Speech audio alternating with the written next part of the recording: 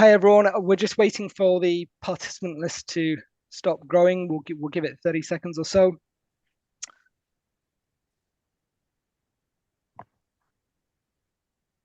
Okay, let's kick off. So thank you everyone for joining today's meeting. My name is Naeem Kabir and I'm here with my co-host Jamal Hussain. We have a packed agenda, so I'm going to quickly run through the format and the panelists. This meeting is to discuss the Israel-Palestine conflict. I'll quickly run through the kind of specific focus is going to be allowing our MP Julian Sturdy and the panelists to answer your questions as York constituents on the topic and hopefully facilitate a dialogue that's going to drive action towards the UK government calling for an immediate ceasefire. Neither myself or Jamal are associated with any political party or group. We simply set this up as constituents who believe that democracy only works when there's dialogue. So with us today is a panel that includes Julian Sturdy, the Conservative MP for York Outer. We have Eva Abu Halewa, a human rights activist and lawyer who is kind of a last-minute replacement for Rachael Maskell, who is still in Parliament and sends her apologies.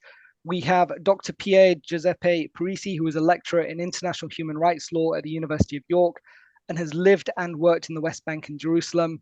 And then finally, we have Professor Mohammed El Gumati, OBE, who is a published author, professor, and York constituent with a deep knowledge on the Israel-Palestine conflict. And with that, Jamal is going to run through the format for this evening. Brilliant. Thanks for that, Naeem. The intention is that we're going to start with a couple of short remarks from two York residents who have got a family in Palestine. Before then giving each of the panelists up to 5 minutes for their sort of opening remarks, and then we'll go into some of the questions that have been submitted. A number of questions have been submitted and we'll select members of the audience to ask their questions. Now, we ask those that are asking questions to try and keep it to 30 seconds and for the panelists to keep their responses as concise as possible, just to enable us to get through as many questions as possible.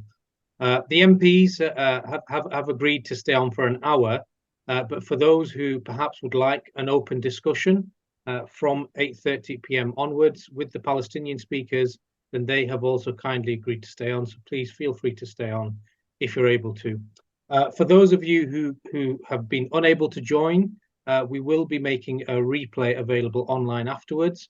And for those of you, if you have joined and if you have got a question or there's a comment that you'd like to leave with us, then please email it to us at yorkcommunity1@gmail.com. That's yorkcommunity1@gmail.com. So with that, let me hand over to Bassem, a York resident with a family in Palestine, to speak. Hand over to... Hello everyone. I wish you can hear me. Yes, we can. All right. Thank you, Mr. Julian, for having this chance to talk to you. And thanks for everyone for attending this session. First of all, I would like to introduce myself. My name is Bassem Abu Dagga. I'm from Gaza. I just came 1 year ago to do my PhD studies here in the UK. And I was just visiting Gaza one month ago. Before the escalation started, actually. And unfortunately, I just left my family and my two kids, Talia and Kareem. They're back home. They are now under the fire with all my family, my wife, my parents, all of my family. We, Abu Dagga family, we lost till now 46 people so far. They all been killed in the massacre that is happened now in Gaza, and the number of the civilian people who get killed is getting over and over by every single day, every single second, and that's really making me very stressful and very worried about my family. My family, they left my house, which has been bombed actually, and they couldn't come back for now more than 1 month to my house. They are living in the city center, which is very crowded now because everyone goes to the city center according to Israeli forces to go to the city center because the other places are not safe. Now the city center it is very crowded. According to the numbers, there is 1 million people in the city center of Khan Yunis now, where my family are. They are living in a clothes shop, sleeping underneath the tables for more than 1 month, hearing very crowded and very high bombs around them, and they are really fear.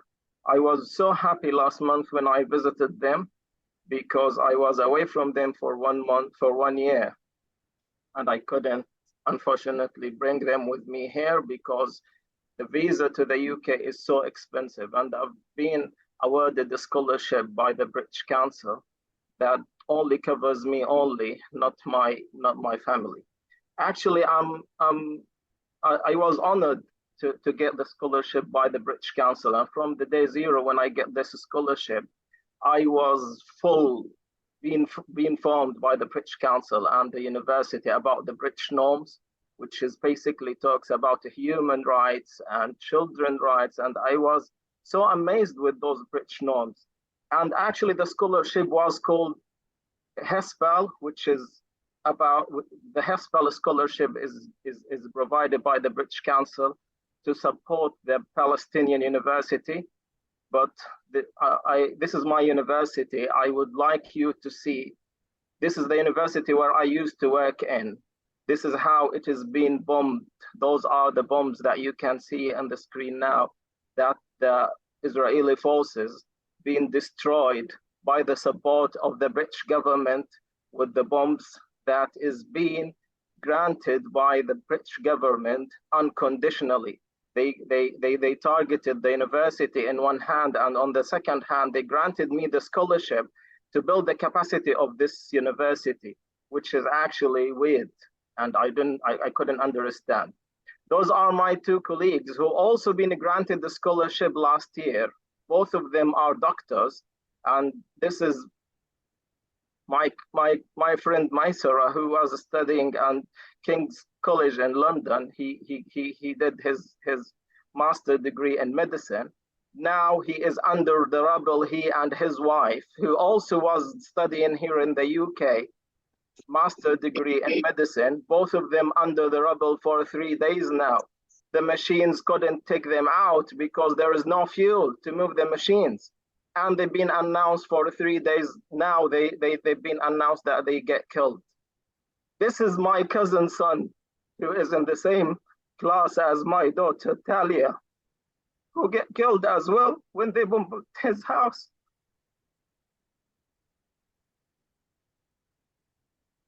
Abdurrahman was just a child who been killed last week. This is also my cousin's son. Hamza, he was 11 years old, and he was underneath the rubble for 2 days after they were just doing huge efforts to take him from the rubble. Those all are my cousins' kids who've been killed in the first day. The whole family, 14 of Abu Dagga family, who were underneath the rubble for 3 days. Those all the babies that got killed. Those are Hassan's and Hussein's friends, kids who've been killed in the first day. The whole three-floor stories building being targeted and all being demolished upon them. This is the only survival of that family. This is Tala. She's the only survivor of that family. All her brothers and sisters and parents and the grandmother and grandfather being killed all, and she's the only survivor now. We can see that the ones still on her face. I don't know how this child gonna be survived. This is also my relative Hussein. When I was in Gaza, he was invited me to his engagement. Hussein was in a very bad economic situation, and he made a huge effort just to be able to build his own house and to get engaged. He just engaged 1 month before the war started, and he got killed as well in the same massacre. Now, I just wanted just one thing now, just only one thing that I really ask it for now. Could this war stop? And we know that the war that happens in Gaza being totally supported by the government of UK and the government of USA, who makes unconditional support for the Israelis who let them to destroy universities and killing kids. Bassem, thank you very much for that. I didn't want to interrupt you, but we've got quite a tight schedule. There will, for anyone that wants to ask Bassem questions or kind of continue this afterwards, he has said he'll stay on after 8:30. I appreciate Julian might need to drop, but we can kind of continue that chat with Bassem. Karima, if you're on the line, do you want to take 3-4 minutes and just give a quick view from the ground as a Palestinian in York? Yep, so hello everyone, my name is Karima Salame. I'm a student at the University of York, and I'm honoured today to have a platform available for you to hear our voices. I sit before you today, the UK-born Palestinian. I'm proud of my heritage and committed to the cause of justice and peace for Palestine. My parents were exiled from the land, and they were born in that land that exiled them, that holds deep and historical cultural significance for our people, who all they wanted was to exist and want peace and prosperity. For decades, the Palestinian people have endured unimaginable hardship. They're living under occupation and they're facing displacement and witnessing the loss of their homes and their loved ones. The call to Palestinian freedom is a call for justice and equality and the right to determine their own future, just as any other nation has. You have seen the pictures of dead children sat in ice cream trucks because the morgues were too full. I've seen videos of hospitals using vinegar as antiseptic to clean wounds because there is no equipment left. People have run out of food and water and electricity. You see 50% of the civilian infrastructure in Gaza has been destroyed.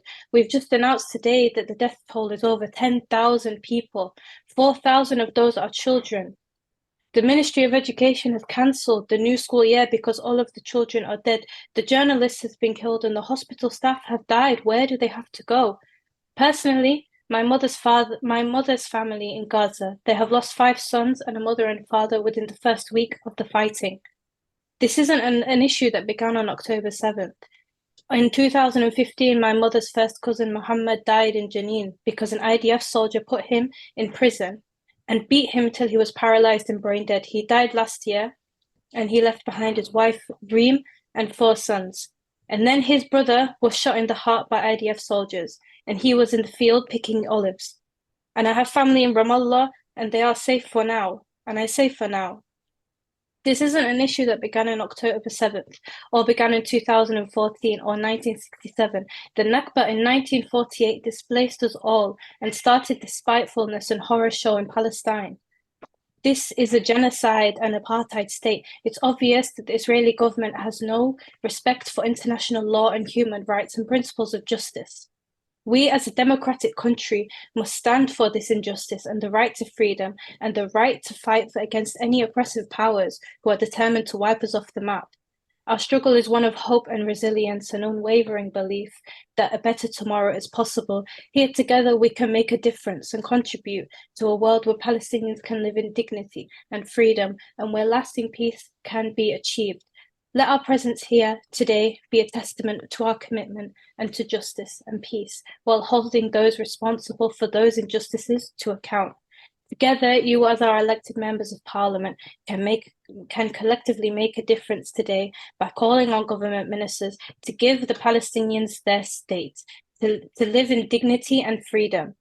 But before that can happen, the bombs need to stop now, not tomorrow, not when Hamas is flushed out. I implore you, do not allow the collective punishment of 2 million innocent civilians under the guise of removing Hamas. Julian, you are my MP. Please publicly call for an immediate and permanent ceasefire to allow aid. Then peace negotiations can happen. A temporary pause is meaningless and does nothing for long-term peace. I thank you for standing with us and with Palestine, and thank you for your time. Thanks, Karima. And I think with that, let's pass over to the panel. Julian, do you want to take 5 minutes just with opening remarks? Yeah, thank you. I'm not sure I'll take 5 minutes because I think, I really want to use the time up to 8:30 that I'm on to listen to everyone and take questions. But I mean, firstly, Wasim, my heart goes out to you and the stories, that you told us. As a father myself, it's immensely moving. And I know there's many stories like that out there, and there's been many stories, also horrific stories coming from the attacks that started this process. I agree, Kareem, it didn't start on the 7th of October, but the 7th of October undoubtedly changed things quite considerably. And as a consequence of what happened on the 7th of October, when, with the horrific attack that Hamas struck on Israel, over 1,400 people murdered, over 240 Israelis kidnapped. The consequence of that means that we're now in this horrendous situation with huge humanitarian consequences, which we're seeing unfold on our screens and through the stories we've just heard. And also global consequences as well, I would say, right across the Middle East, because this is having a huge impact right across the Middle East, and I think that is also worrying for all countries globally. Humanitarian aid has to get into Gaza. It is, but it's not enough. We all see that. So it's essential that we get that humanitarian into Gaza on the ground. And I will do, as a local MP, and I know the government will, and the opposition will, are united on this, that we need to do everything we can to get as much humanitarian aid into Gaza as quickly as possible. And we'll work tirelessly to do that. There's one thing that I think also needs to be touched on is what happens when the fighting stops. And the fighting will stop, but what happens when the fighting stops? And I've always been a supporter of a two-state solution, and I think we have to get back to that as quickly as possible. And that's where the international community has to use its muscle and power to actually deliver that this time, because it's failed. And we have to get that. We have to get that back on the agenda as quickly as possible. Julian, would you address Kareema's point about calling for a kind of immediate permanent ceasefire rather than a humanitarian pause that a lot of us are hearing about? I think we have to get that humanitarian pause in place, but a ceasefire at this stage would play into the hands of Hamas. And I think at the moment, that is not right at the moment. And I know it's awful, and the war is horrific. But we have to work towards getting these pauses in place so we can get the aid into Gaza. And then I think this is going to end quite quickly, if I'm honest. I think what we've heard today, I think what's coming through on the news in the last 12 hours, I think the conflict will end quite quickly, and it's how we repair that damage and get that two-state solution back on the cards, and make sure that that Gaza doesn't become an occupied state again, that it was up until I think 2006, wasn't it, by Israel, and then Israel pulled out of Gaza to try and get a solution, and then that that hasn't seen the light of day. But I think we've got to be thinking about that as well. At the same time as obviously the horrific situation that the people of Gaza are living in, and also the people of Israel lived through on the attacks of the 7th of October. Okay, thank you. And I think with that, Pierre, do you want to come in next? Yes, thank you very much for giving me this opportunity to say a few things on the legal side. I just wanted to first thank Bassem and Karima for their very moving testimonies. I mean, it's unbelievable what's happening. And thank you very much, Mr. Sturdy, for being here. I'm also one of your constituents.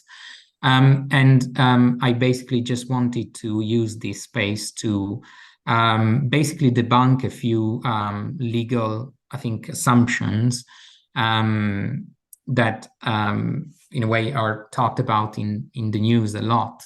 And I think they appeared also on a letter that Mr. Sturdy sent to constituents who were concerned about the situation in Gaza. So I'm going to touch briefly on the issue of self-defense. I'm going to touch briefly on international humanitarian law, and I'm going to touch briefly on a couple of factual wrong assumption, essentially. And Pierre, sorry, you're saying all this in the context of a lecturer in international human rights law. Yes. So yes, you've got credibility here. All right. Thank you. Yeah, maybe I should have introduced myself at the beginning. I'm a lecturer in international human rights law, but I'm an expert in both human rights law and international humanitarian law. I work at the Center for Applied Human Rights at the University of York, and I have first experience of the conditions in the West Bank, where I lived for some time. Obviously, I was never able to visit Gaza. So let me start from the issue of self-defense, because I think we've heard a lot about Israel's right to basically respond in self-defense to the attack of 7 October, which, by the way, I think we all agree that it was horrific and absolutely in violation of basic international human rights law. But I would like to highlight that I think when we talk about self-defense, we should consider our Bible to understand what that is. The advisory opinion of the International Court of Justice of 2004 on the construction of a wall in the West Bank. The court in that case stated that Article 51 of the UN Charter, which regulates the use of self-defense, recognizes the existence of an inherent right of self-defense in the case of an armed attack by one state against another state. But the attack of 7 October didn't come from a state. It came from the Gaza Strip, which is an occupied territory by Israel, which is the occupying power. Maybe there are not, obviously there aren't boots on the ground, but Israel has certainly the power to control movement in and out of the Gaza Strip. It has the power to switch on and off basic services, as we have seen in the past few weeks. It has control of maritime boundaries, etc. This means that the Gaza Strip is still an occupied territory, which, by the way, is consistent with the UK position that can be consulted on the website of the UK government. In the letter that I mentioned at the beginning, I think it was mentioned that Israel has an obligation to prevent the perpetration of the crime of genocide under the Genocide Convention, even with the use of force. But the problem with this is that the use of force should really be the last resort. And furthermore, when it would be justified as a measure of last resort, it should follow certain procedural steps before the United Nations, which hasn't happened in this particular case. So what's the result of this?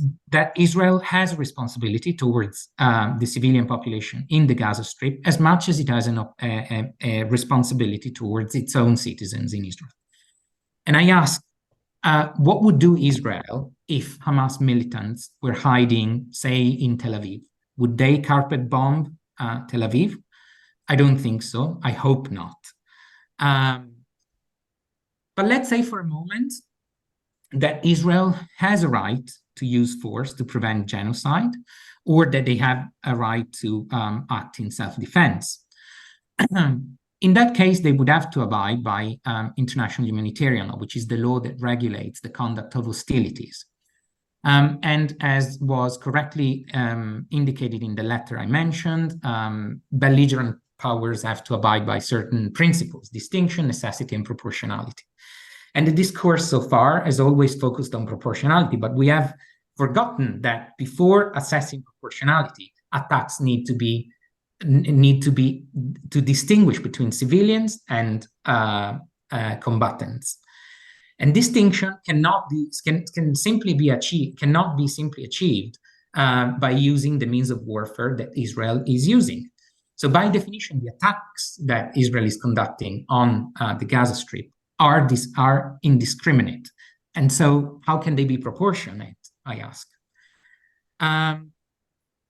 Moreover, let's say that we could get to the assessment of proportionality. Proportionality under international humanitarian law is defined as launching an attack which may be expected to cause incidental loss of civilian life, injury to civilians, damage to civilian objects, or a combination thereof, which would be excessive in relation to the concrete and direct military advantage anticipated, is prohibited.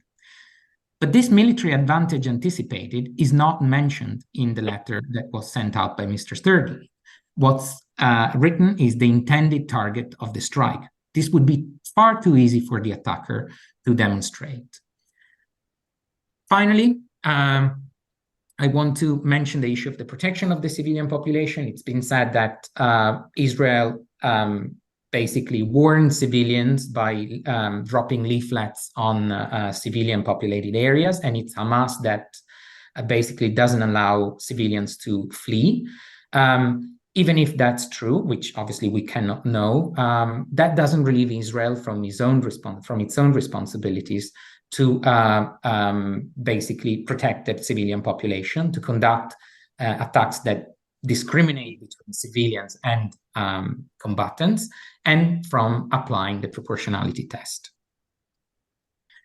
Finally, there's a factual point that I would mention, and then I'll close there. You got to wrap.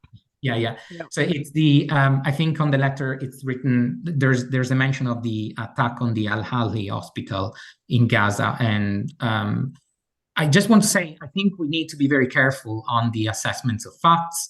This is because the claim that was the result of a misfired Hamas rocket has not been definitely proved. In fact, even in this country, there is an organization called Forensic Architecture based at Goldsmith University, which concluded that it was an Israeli missile.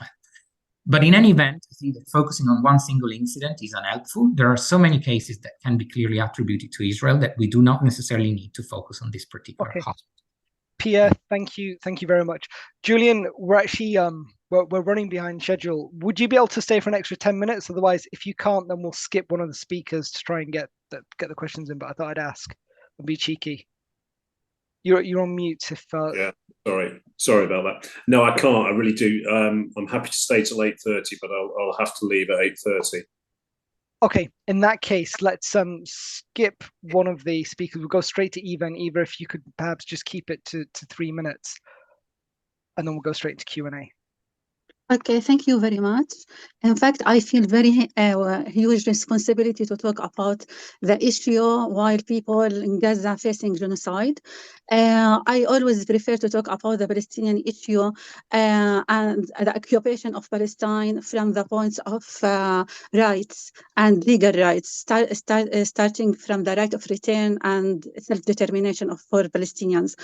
And I have to say that we don't forget 1917 Balfour Declaration. We don't forget Nakba, 1948, 1967, 2009, where in fact investigation of crimes committed, crimes of war crimes and crimes against humanity were documented, but without any responsibility until now, like impunity for perpetrators, Israeli perpetrators of these crimes. We will not forget Shireen Abu Aql killing and the lie Israeli military said that they were not responsible. We will not forget also Jenin 2023, just a few months before Gaza. Anyhow, I will talk about, and also will not forget over of more than 5,000 Palestinian detainees, including women and children who have been in the Israeli detention for a long time, and maybe they are under revenge now. In fact, I want to submit two practical recommendations to MPs. The first one, it's about an urgent appeal to for aid, medical aid, food and water. I think if UK decide to send this aid through the Rafah, or even through ships from Cyprus or from Greece, I think nobody can say no to UK. If a ship or whatever goes with the UK flag, who can say no to UK? So it's really very urgent. In fact, as I said, I usually talk about the rights and about the right of return as the DNA of the Palestinian issue. But this time, yesterday, I heard a journalist in Gaza, she was crying from hunger. It's really very urgent. Water, food. There was a report about 5,000 pregnant women who will get birth in 1 month without any basic needs for them. So this is really very essential that UK MPs who care for the issue to ask for immediately sending this aid. And the second thing, that because of all lights now in Gaza, which deserve because of the genocide is committed there, but also not to forget that West Bank are under revenge. Settlers are killing people. In fact, the farmers who go to collect their olive, in fact, they are under attacks of settlers. There is a huge need for international protection for Palestinians in West Bank, and also the Palestinians who are living in 1948. Eva, thank you. Today there was a journalist who was faced a bomb on her face in 1948. So all Palestinians in need for urgent protection. Don't forget people in and don't forget people in West Bank and 1948. In fact, all this should be done without forgetting that these people are sacrificing everything not to sacrifice their land. So this should be done while people kept in their land. Thank you very much for giving me this opportunity. No, Eva, thank you so much. And I'm really sorry I kept trying to cut you off. I just know Julian's going to leave in 24 minutes. And we have a lot of people wanting to ask questions. So Jamal, do you want to introduce the first question? First of all, if we can bring Sonia Ridsdale to the stage. Sonia had a question.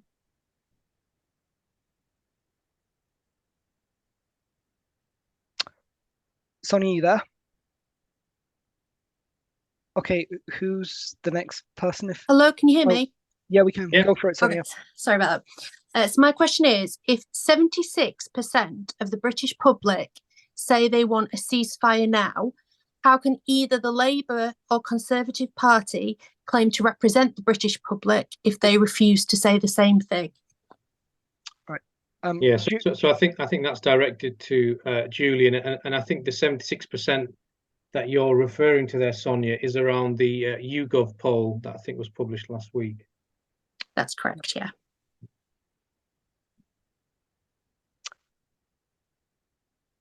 Yeah, I mean, I haven't seen that YouGov poll, but I mean, obviously, I take it as that is correct. I think this is an immensely complicated situation, and I go back to what I said earlier. We've got to make sure we get the aid in. We've got to get the pause in fighting, so we can get the aid in. And I certainly go back to, I think it was Eva said that about, would medical aid, food aid, water coming from the UK be better than the money they're putting at the moment? I think a lot of it's coming in through the UN at the moment, but I mean, certainly that's something, we could explore if that means that it's going to get in faster. But I go back to the point that the vast majority of the world is saying at the moment that we cannot allow a ceasefire. Well, it's up to Israel ultimately. Let's face it. But if a ceasefire allows Hamas to rebuild, then that causes world problem. Hamas could stop this by releasing the hostages. Why haven't they released the hostages? That's what I would, and then that would have allowed a ceasefire. I just don't understand why that hasn't happened. And I certainly think globally that's what we should be called for. That's what the UK should be calling for. I mean, that's the most, sensible thing to do. Surely, release those hostages. Yeah. And then get a ceasefire, surely. But Julian, I guess just back to the Julie's question, right? Surely the UK Parliament should be driven by the views of the voters, right? If 76% of the UK public have a certain views, isn't that what should dictate British policy rather than Israel's wishes? Sorry, I keep unmuting myself. I think, look, this is going to be debated heavily at Parliament, in Parliament, and those views are always going to weigh heavy on politicians. That's why I'm here, tonight, listening and taking part in this debate. I think it's very important that politicians, listen, understand, hear the stories, and some of those horrific stories, and take informed decisions. And I think that's ultimately what will happen within Parliament. Yeah, I've just got a comment as well, Julian. You mentioned that the majority of the world is not behind a ceasefire, but in actual fact, the UN General Assembly, called for there was a note put forward by Russia, of which 120 countries voted in favour of a ceasefire, and only 14 were against it, UK being one. So whilst I respect what you're saying, I think what is happening around the world is actually quite different to perhaps what's being reported in the UK. Great. Okay. I think that UN, to get that, I think is really important. To get some wording that can be agreed, and I know that the British put forward a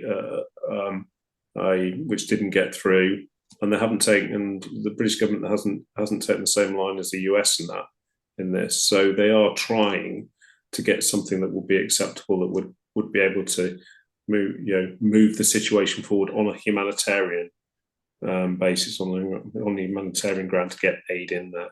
Okay. Do the other panelists have a 30-second comment? If not, we'll jump. Yeah, I think I'd like to come here, Julian. Thanks anyway. There have been hostages freed. There was also an offer, and the Qataris were involved in it, to have more hostages being freed, and the Israelis refused.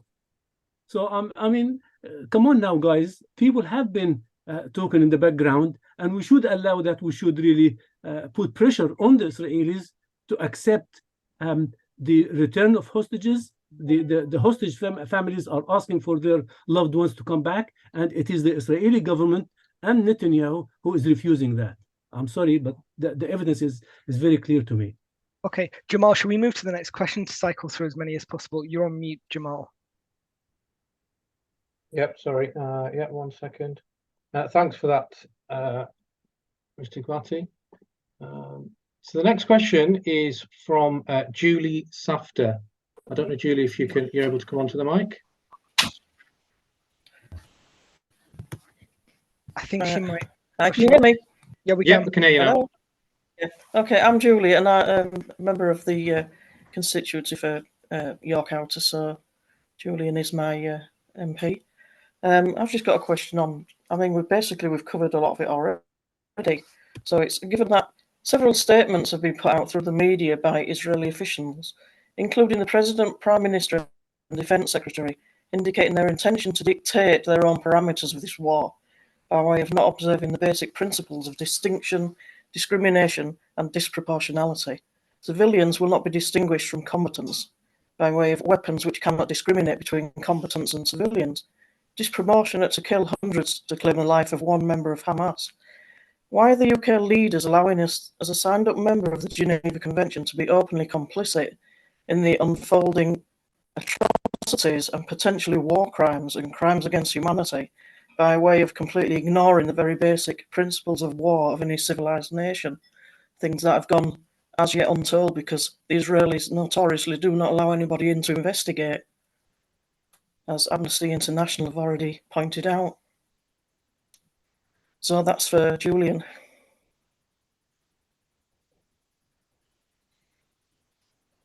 Yeah, I mean, some of those points are very, very valid. We can't, Israel has a right to defend itself, but it doesn't have a right to commit war crimes on the back of this. And that they have to be held account for anything they do that could contravene a war crime, and I fully accept that. But at the same time, the real worry I have is the way Hamas are using innocent Palestinians as human shields, and we've got to make. And if they just we could get the hostages free, if we could deliver that, then I genuinely believe that we could, that Israel would commit to a ceasefire.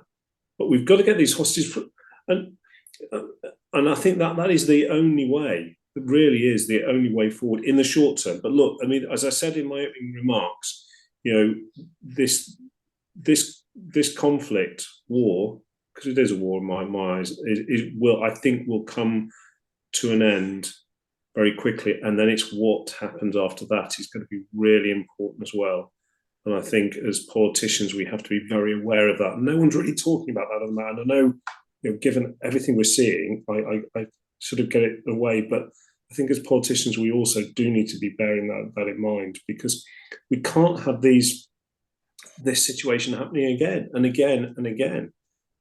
We can't. We've got to get to the point where we can get that two-state solution that can be delivered. Okay, thanks, Julian. Pierre, I saw you shaking your head. Do you want to make a quick comment? 30 seconds. And then we've got Rachel, who's joined us as well. Thank you very much, Rachel. Pierre, 30 seconds, please. You're shaking your head. Yes, absolutely. Thank you. No, I just wanted to say that I don't. The point on self-defense. Let's say that Israel has a right to self-defense, but that cannot translate in the scale of death that has been inflicted upon the Palestinian people. Beyond that, I don't think that the limit to self-defense should be the liberation of hostages. That doesn't really define, to what extent self-defense can be exercised. Self-defense can be exercised until the military advantage has been achieved. And I think it's clear that there is nothing more to achieve there. So I honestly don't think the point on self-defense is valid in any way. I'm sorry. Okay, Rachel, did you catch the question? Do you want to chime in with a view? I'm afraid I didn't, and I just want to give my apologies tonight. I've been speaking in Parliament about the situation following the King's speech, so I'm afraid I missed part of the meeting because of that. No, that's fine. That's fine. And thank you so much, Rachel, for jumping on. I think if we can just move on to the next question then. So do we have Joanna Barker, please? Yes, I'm here. Oh, perfect, Joanna. After you. Okay, well, first of all, I'd like to say good evening to everyone. I'd also like to just add that I've been very humbled by these testimonies. And I'd like to say how ashamed I am as an English woman of my government for not coming out on the right side and coming out for what's right. You know, we think of ourselves as being a country that does the right thing. Well, we aren't at the moment. I have to say, Mr. Sturdy, I do not think it's complicated. It is not a war because there is only one army. And for me, the only way to stop it happening again is to end the occupation and end the apartheid system that is there. And I have read a lot about what's happened and the history since it started. And I cannot believe how many times Israel has got away with atrocities and cruelty and brutality because the US always vetoes them at the UN. My question is, where is it? How many people, how many Palestinians have to be slaughtered for the international community to say enough? Yeah, I think that's a very pertinent question, particularly when you consider that more Palestinians have been killed in this 30-day war than the number of civilians that have been reportedly killed in Ukraine. Just bringing that up, and that's been going on for 18 plus months. And we were very quick to call out the war crimes that Russia had done. So yeah. Should we let Rachel come in and then Julian? Yeah, Rachel. Yeah.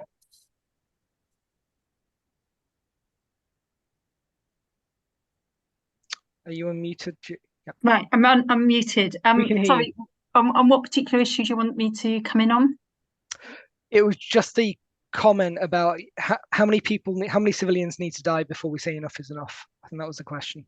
Well, too many people have already died, and in my view, we have seen atrocities on a scale that I don't think any of us could have imagined, and therefore I would say it's absolutely right that we call for an immediate ceasefire. This is what I've just done in Parliament, because we have to put the humanitarian cause above all else, and I think Antonio Guterres has spoken so powerfully when he talks about a crisis of humanity, and I have to say it's the humanity of the global community too that we have to look to, in the fact that we have seen such murderous deaths of so many people, innocent people that do not have the ability to defend themselves, that have literally as civilians trying to live out their life in a peaceable way, but have no means, and yet have been subjected to bombing and have seen such devastation in their communities. And of course,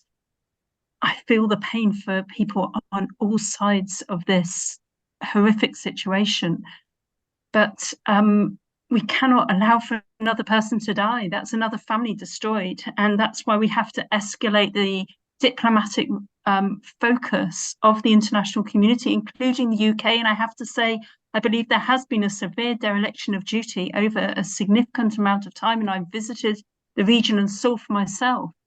And the reality is that this didn't begin on the 7th of October, and whilst the atrocities committed by Hamas on that date will always scar that country, that the abject discrimination that has been experienced in places like Gaza and in areas of the West Bank as well has resulted in people suffering for a very long time, and we have to end that suffering. And therefore, I would say we can't allow the killing of innocent people to continue, and we must call it out. Thank you, Rachel. I'm sorry to cut you. We've got 8 minutes left with Julian, and we want to get through as many questions as possible. Julian, maybe 30 seconds. How many people need to die before an immediate ceasefire is called? Well, look, I mean, one life lost is one life too many. It's, you know, we shouldn't be in this situation. You know, that is the bottom line. So we've got to do everything we can to bring this conflict, this war, and I still believe it is a war, I'm afraid, to an end as quickly as possible. And then we've got to find a solution where we don't go down this road again. We don't continue to repeat, because we have repeated. I mean, everyone who said everything about that is correct. It has repeated time and time again. But we have to get to that situation where, you know, there is not an occupation there is two states living together, side by side, and we have to get to that, and that has to be the ultimate goal. Okay, Jamal, do you want to go to the next question? We got 7 minutes left before. Yeah, Julian perfect. So John Bibby, he is a York outer constituent, and actually he asked me to read out this question. So his question was that, and this was actually directed towards yourself, Julian. So his question was that you oppose a ceasefire because you say that Hamas would have the most to gain. Why do you ignore the thousands of innocent victims who would gain from a ceasefire by not being killed or injured? So I guess sort of my sort of interpretation of that is that many politicians or many people with a public platform, they've all expressed their concern for a ceasefire. Like you just said, one life lost is one life too many. Yet on the other hand, then you also say that a ceasefire would benefit Hamas. What about the thousands of the innocent victims that are being affected? So that was from John Bibby. Well, I think it goes back to what I just said. We all want this to end. We desperately want this to end. And we don't want these situations to happen again. We don't want, another 7th of October to happen again. We don't want that to result in Israel taking retribution. We don't want that to happen. And we've got to find that solution to that. Really have to. So sorry, Julian, there is a contradiction in what you're saying, because on the one hand you're saying you don't want all of this this killing to continue, but then on the other hand you're saying you only want a humanitarian pause to begin with. If you want this killing to stop and the negotiations start, it begins with a ceasefire, surely. Well, I think a lot of that, as I said earlier, is, and I know a lot of people on this call don't agree with me, but I'm going to stick to my guns on this. A lot of those cards lie with Hamas at the moment. They have these hostages, still Israeli hostages. Now, if they wanted a ceasefire, I genuinely believe Hamas could deliver that ceasefire. But I hate to say it, but I don't think that it doesn't suit their cause at the moment, and that's awful to say. But that is the political situation we're facing. So we, as the West, as the world, have to find solutions to that. We desperately have to find solutions to that, and that is what has to be done with the two-state solution going forward. But obviously, immediately we have to get aid into Gaza. That is the priority. Aid supplies have to flow into Gaza and as quickly as possible, and not what has been quite limited supplies at the moment, which we know are not adequate enough. We need to get more supplies in, and that includes fuel as well. Thank you. Can I just say something one quickly? Thank you. You say that we want a two-state solution. We want Muslims and Jews to live side by side. The Jewish people, Muslims and Christians, were all living together peacefully in Palestine until the Balfour Declaration, until 1948, when the UK declared Israel as a state of its own. You gave those people the power to believe that they can do whatever they want because they have the backing of the West. So I think a two-state solution is about 100 years old. It's too far in the past. We can't go any further with a two-state solution. You have to give the Palestinian people their own rights back, and you have to put the people of Israel in check. We don't say that Israelis aren't allowed to live in Palestine. Jewish people have been living there for thousands of years. Right, thank you. Do any of the other panelists want to come in, and then we'll do one last question before Julian has to leave? Yeah, Professor. I don't quite agree. I don't quite agree with those comments, by the way. Just I think anyway. I'll listen to the next question. Sorry. Yeah. No. Just before we go to the next question, if you look at the map, Julian, of what is referred to as the Palestinian territories, there is no way that can be a state, with the wall depriving people from having even water for themselves or their animals and plantation. You cannot say that to me that that will be a viable state. And hence, I, as a of an Arab heritage, join fellow Israelis in ICAD and others in saying we need a democratic state where all three and none can live together in peaceful. And Israel cannot just dictate to people the way that they are dictating and treating them, ill-treating them. And then the other point that I would like to make here before we forget, and that perhaps something for Julian to go and read about it. The Warsaw ghettos. Do you know what's that? Yes. Yeah. Well, that is very important. When the Jewish people of Warsaw back in the 1940s were deprived of their human rights and being put in a ghetto, and then they took the arms in their hands to free themselves. Okay, Exactly. so I'm really sorry. We've got 1 minute left with Julian before he has to drop. Julian, there were just kind of two wrap-up things we wanted to ask you before you leave. First of all, thank you so much for joining. Honestly, a lot of people have so many questions, and I'm grateful that you've made the time to kind of have this dialogue.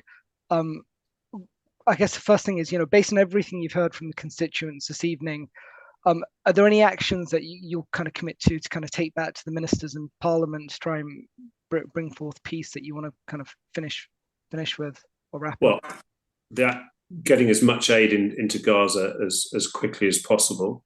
Absolutely. I think we have to do that.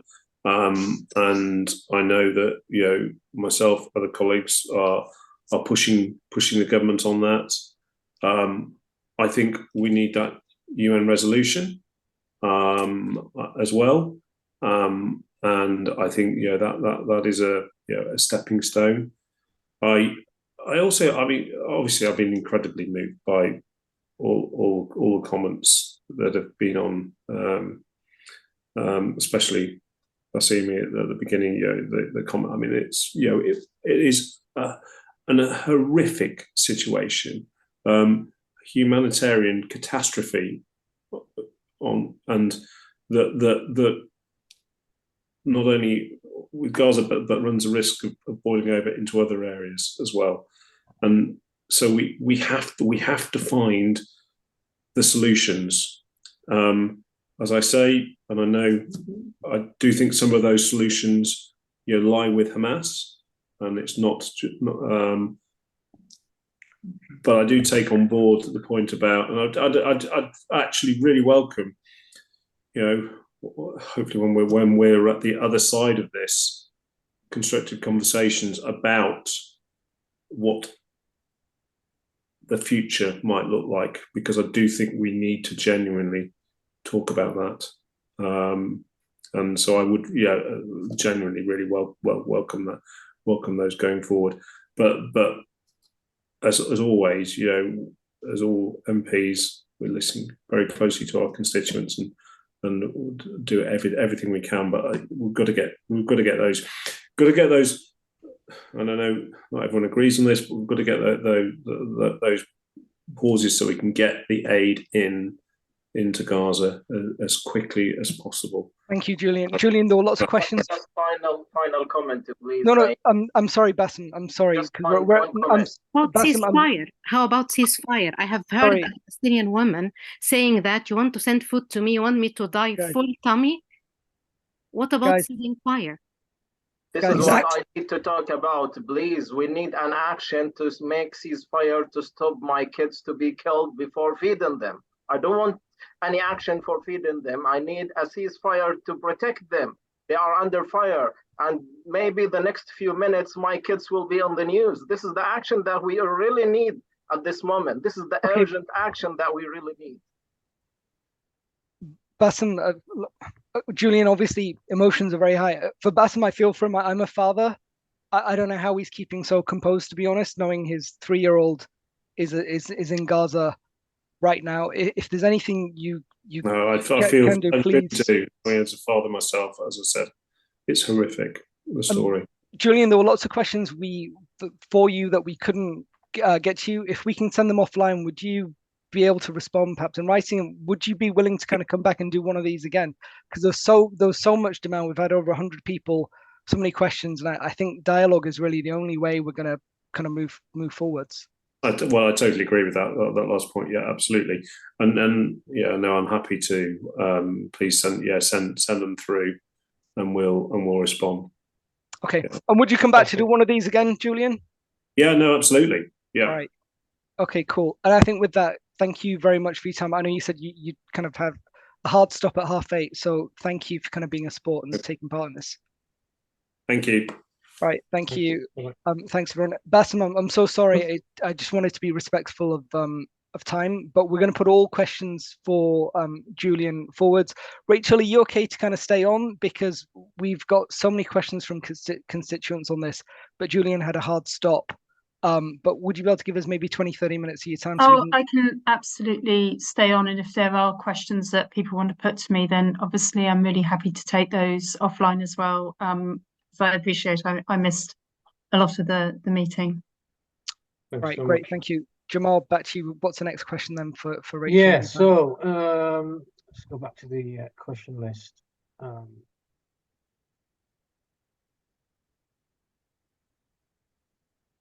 So do we have Mujtaba Amin on the call?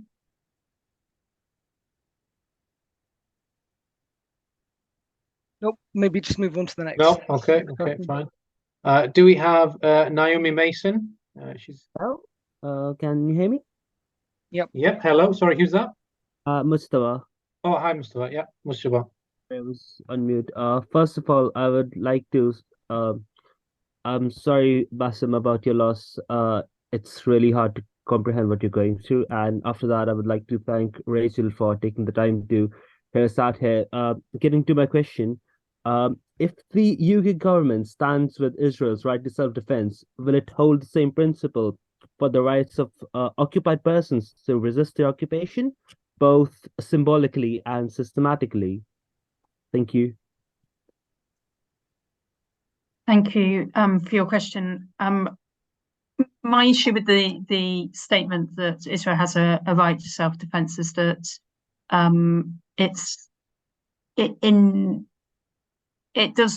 Palestinians do not have that right because they do not have that means. And therefore, all you will see is an escalation of violence if that is taken to its conclusion on one side of this battle. It's almost like the people who are the victims are the people who clearly have no means whatsoever. So that's why we have to have a ceasefire, because it is the only resolution in town which is going to stop the violence. If we say you have a right to defense, that means there'll be an escalation of violence, and we cannot afford for there to be justification of any more violence in this situation. There's far too much already. So I do not agree with the government statement nor the opposition statement when they say there is a right to self-defense, because who has that right? And it's an inequitable right. And this whole situation is built on inequality. So I cannot concur with that statement. Yeah. Oh, I think sorry, I think Eva wants to speak. Eva, you're on mute. We need to unmute. Right, there you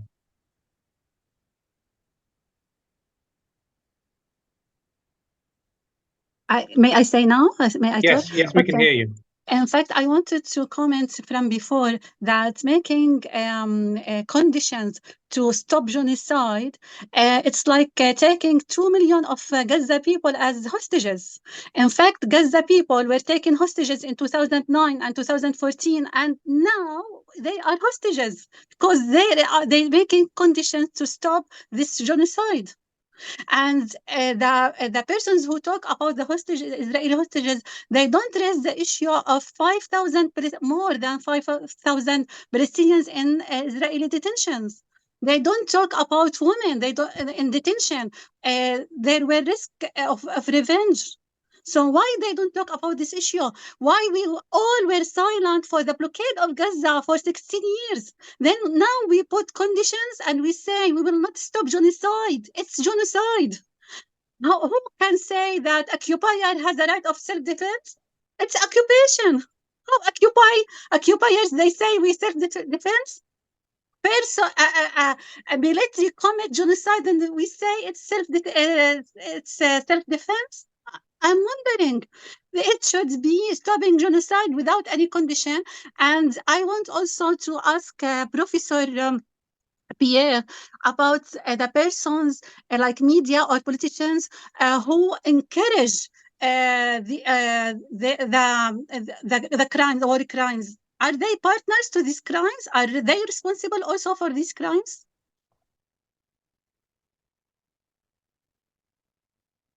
Thanks, Eva. I mean, it's a complex question because it depends really on the law of the country where the journalist or the person that is inciting to commit any crime is. In principle, it could be if there is a clear incitement to commit genocide or war crimes or crimes against humanities. Yes, you can be held responsible under the law of a given country if that's a crime under that law. Rachel, just for your benefit, because you missed the introduction to the panel. So Pierre, who's just speaking, is Dr. Pier Giuseppe Parisi. He's a lecturer in international human rights law at the University of York. He's actually lived and worked in the West Bank. Professor Mohammed El-Gumati OBE is a published author, professor, and York constituent with a deep knowledge on Israel-Palestine. I think he's dropped off, but he may return. And then we've also got Eva on the line as well, who is an international human rights lawyer with from Jordan. I'm also a Palestinian refugee. Okay. And the testimony of people I also, my family faced during Nakba and still ongoing and continuous. Yep. Rachel, I've got a question for you. And I remember hearing you say this actually. There was a rally or an event, and someone asked you and said, "Look, Rachel, why aren't you doing more in Parliament?" And your response was along the lines of, "I'm doing everything I can, but why don't you ask that question to the other MPs in the York area?" And that comment that you made actually inspired this event that we had with Julian, because we realized the only way to kind of move forwards is not to preach to the choir, but actually just have open dialogues. We've got to win hearts and minds and actually, just make people realize the human side of this or the other side of the coin. But, you mentioned that you made the Queen's speech today. How was that received in Parliament? And, what do we need to do to kind of win over hearts and minds so there's real action? Because you've got a battle even within your own party on your position. Indeed. And the whole thing about politics, Parliament are the French to talk, and we have to talk, and that's what's so important, and that's why I used the first day of the Queen's speech to reflect on the situation, to make the statements I did, because I thought we've got to do this as soon as possible, and indeed many of my colleagues did as well. And there's been some very clear calls for a ceasefire today in Parliament, not from the leaders of the two kind of main political parties, however.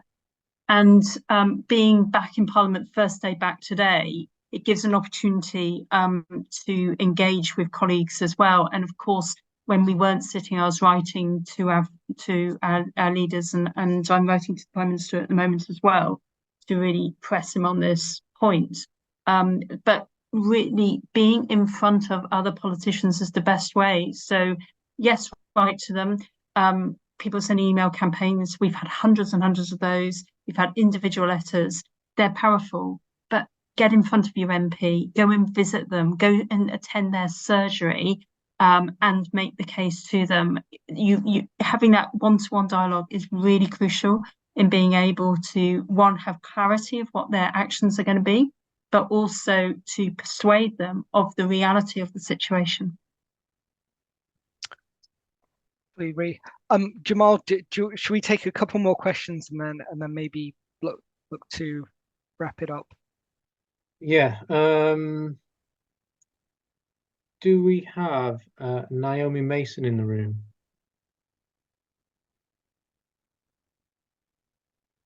She had a question.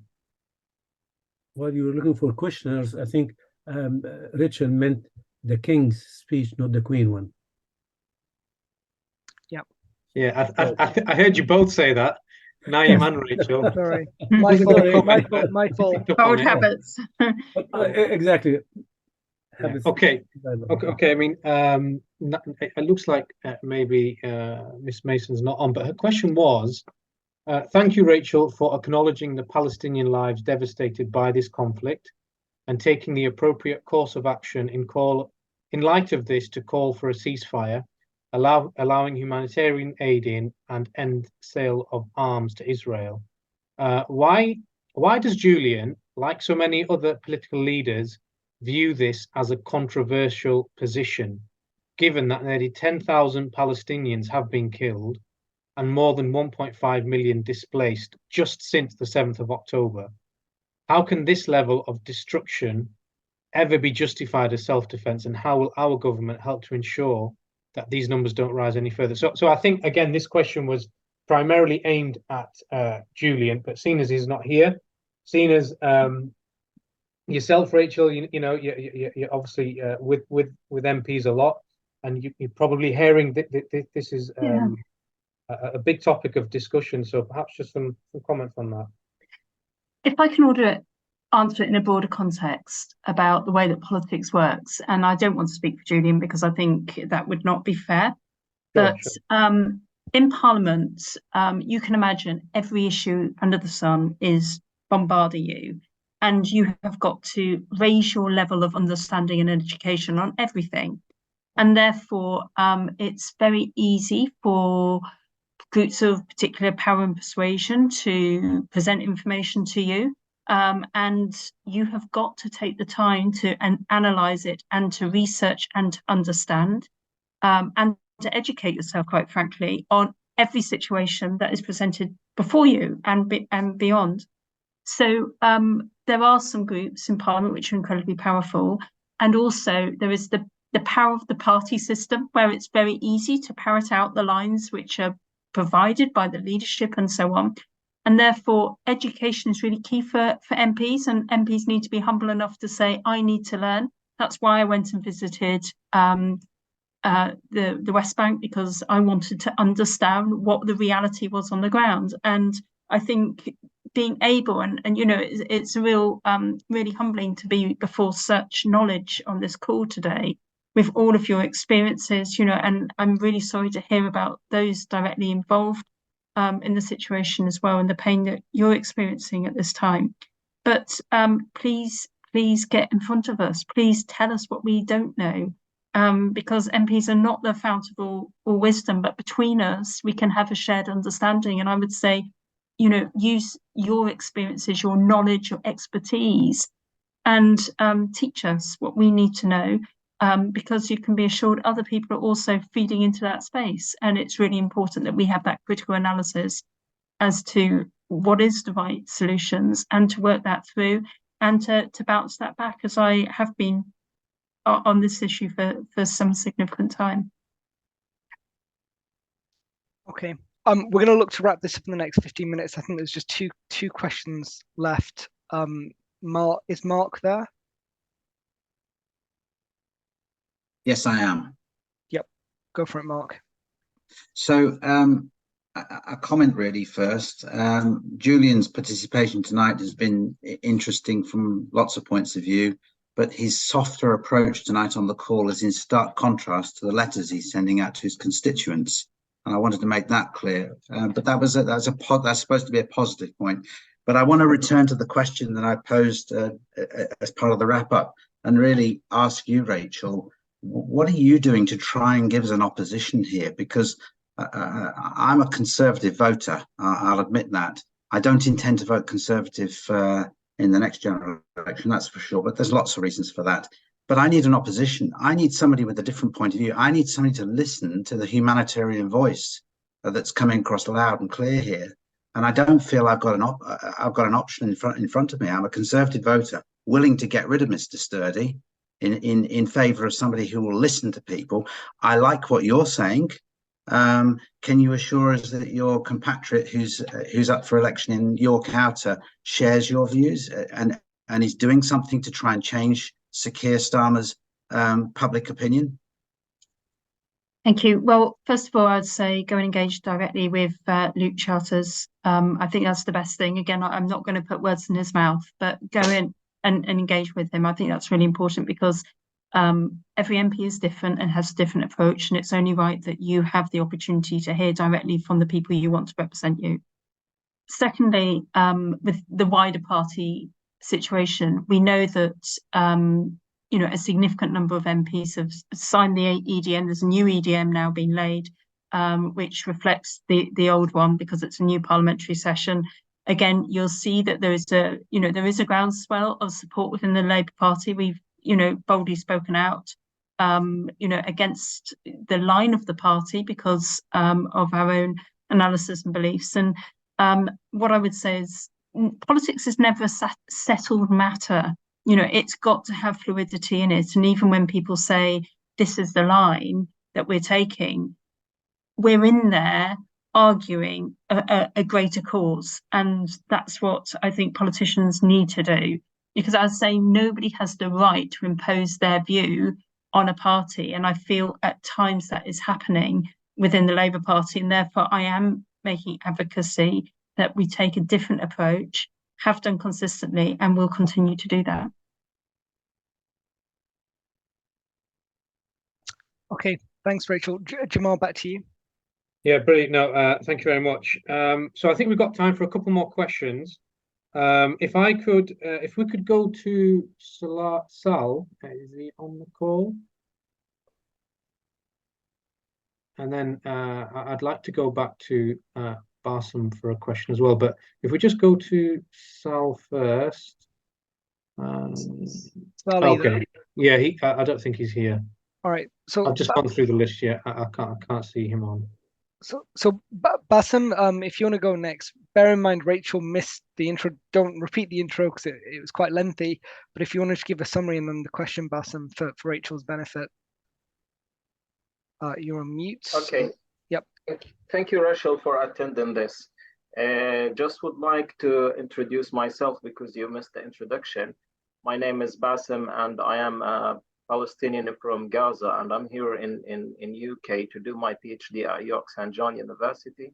I just came last year, and I was visiting Gaza just 1 month before the war started.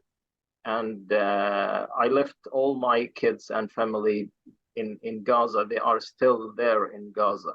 And actually, I just wanted two important things at this moment.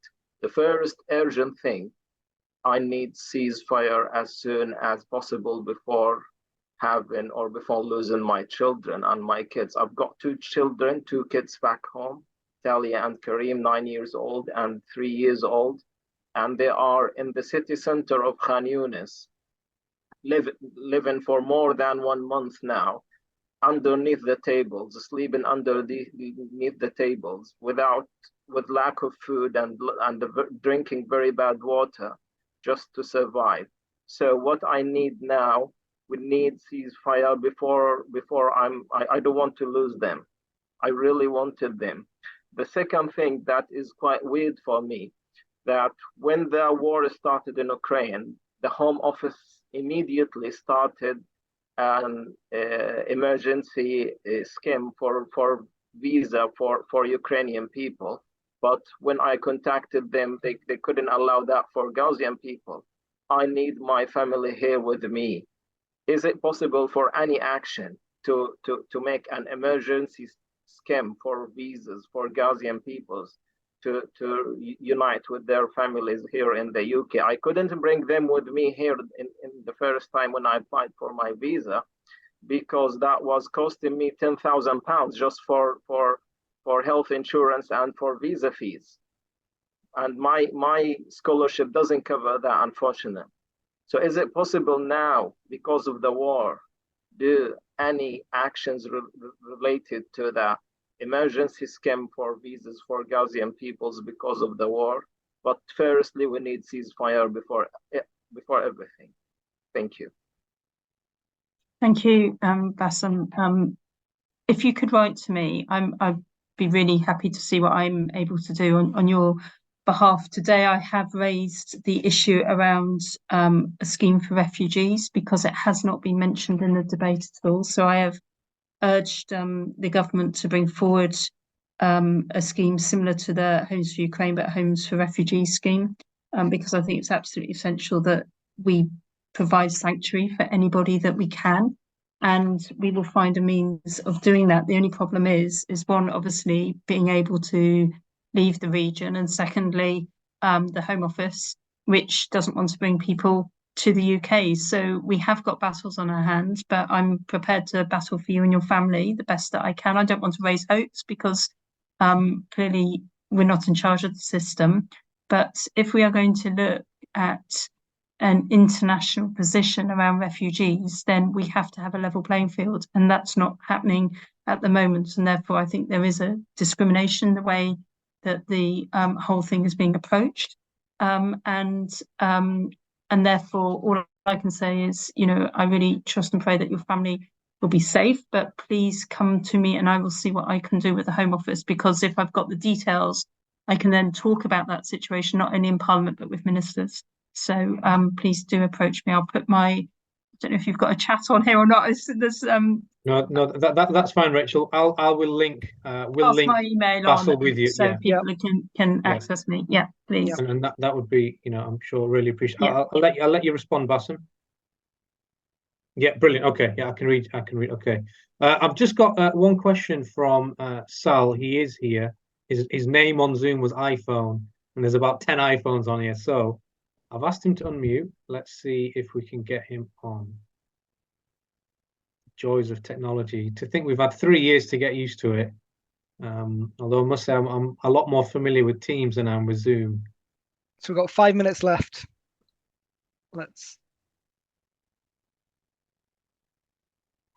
Do we have him, Jamal? No, I'm asking him to unmute, but okay. Is there someone else just while he works out the unmute button?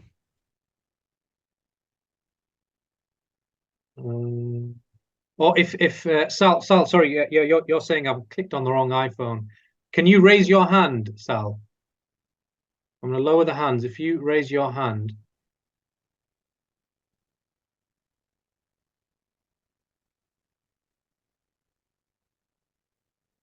No, can't see anything. We've got one raised hand. Rory Allen. I'll ask to. Actually, here we go. Sorry, I've got Sal now. Hi, can you hear me? Yeah, brilliant. I can hear you now. Oh, okay. Sorry, I'm on my iPhone and I've not had to Zoom on this before, so I'd apologize. My question was for Julian, but since he's left, if I could just change the question slightly, which is, we're told, that we have values here that we cherish, such as freedom of speech, such as fairness, but we see a lot of politicians, academics, even London tube drivers being sacked because of airing their opinions. So I just wanted to ask Rachel, what protections could there realistically be to give a fair voice to those who just want to express their opinion and their views on this war? Thank you very much for that. First of all, I would say that we have got the legislation in place. It's around discrimination, and if people put forward discriminatory comments, then of course legislation will address that. However, if the legislation does not determine that somebody has discriminated, then clearly then that person has got the freedom to speak. And I think it is a very cherished value that we have got in our country, that people do have that freedom to speak, that people have got the ability to raise their concerns. And I would go as far as to say to march, to protest as well is part of that freedom. And it's really important that we maintain that. I know that, again, the Home Secretary was talking about trying to put limitations on the protests that people attend. I attended the first march and rally in London earlier in October, on this situation, and there's about 100,000 people there, and I have to say it was very peaceable indeed. But I was part of that crowd, having my say as much as anybody else, and I think it is really important that we enable people to have a say, and that's why we're holding this event at the Minster on Saturday evening. It's at 6:30. People are going to be invited to write their protests, their prayers, their petitions and their pleas, as I put it, and to present them at the Minster. And I will be taking those and then presenting them to the Prime Minister and the Leader of the Opposition, as well as the UN Secretary General. So I want people to have a voice, because it's empowering. Often we can feel helpless, but it's empowering for ourselves, but also every voice matters and every voice counts. And the louder that volume, the more it will be heard. So please have confidence. And if you find yourself or others being discriminated against because you have spoken up, well, as your MP, I'd want to know about it to wade in there, because that would be completely inappropriate. Thank you, Rachel. We've got a minute left. I just wanted to give 30 seconds to each of the panelists to have some closing remarks. So, Mohammed, if we start with yourself. Myself? Yep. Closing remarks. I think we've heard some very moving testimonies today, and Bassem, I'd like to extend my sympathy for the larger Abu Dagga's family at large, and I pray, and I promise you, I will do an extra prayer for your family to be safe. Like every other Palestinian, they are all as dear as your family, but since we know you, and thanks for Rachel for all your support. It really means a lot, even if I'm not in your constituency, but to see a fellow human being caring the way that you are, I mean, that goes a very long way indeed. So thanks again for Jamal and for Naeem to have set up this forum, and I hope that there will be more. It's needed in the city of York, the city of sanctuary. Thank you. Thank you. Eva, closing remarks. You're on mute, Eva. Unmute. Okay. In fact, listening and sharing these testimonies, it's really very, very hard and make us very speechless. And then I want to return to my practical recommendations to MPs. I know that people all want ceasefire, but also people start to also talk about hunger. They don't want also to die because of hunger. So to start a practical initiative to send all aid needed to people, it's not just even about food and medicine and water and oil, but also it's about also tools to remove rebel. The second thing is about calling for international protection for all Palestinians in West Bank in 1948 lands, and also for Gaza people. Not to forget the people in West Bank, because settlers are attacking them. The 5,000 Palestinian detainees are under revenge, especially women. Thank you, Eva. And thank you very much, Mrs. Rachael, for listening and for attending, and for you for inviting me to attend this very important meeting. But it's still helpless, because we cannot do anything for people who are facing genocide right now. Yeah. Pia, some closing remarks? Well, I think I just wanted to echo basically what has been said by Mohammed, and I think my heart and I think our hearts go to all those that are at the moment in Gaza, all those who have friends, family there. We're with you. I think I'll just stop there. All right, thank you.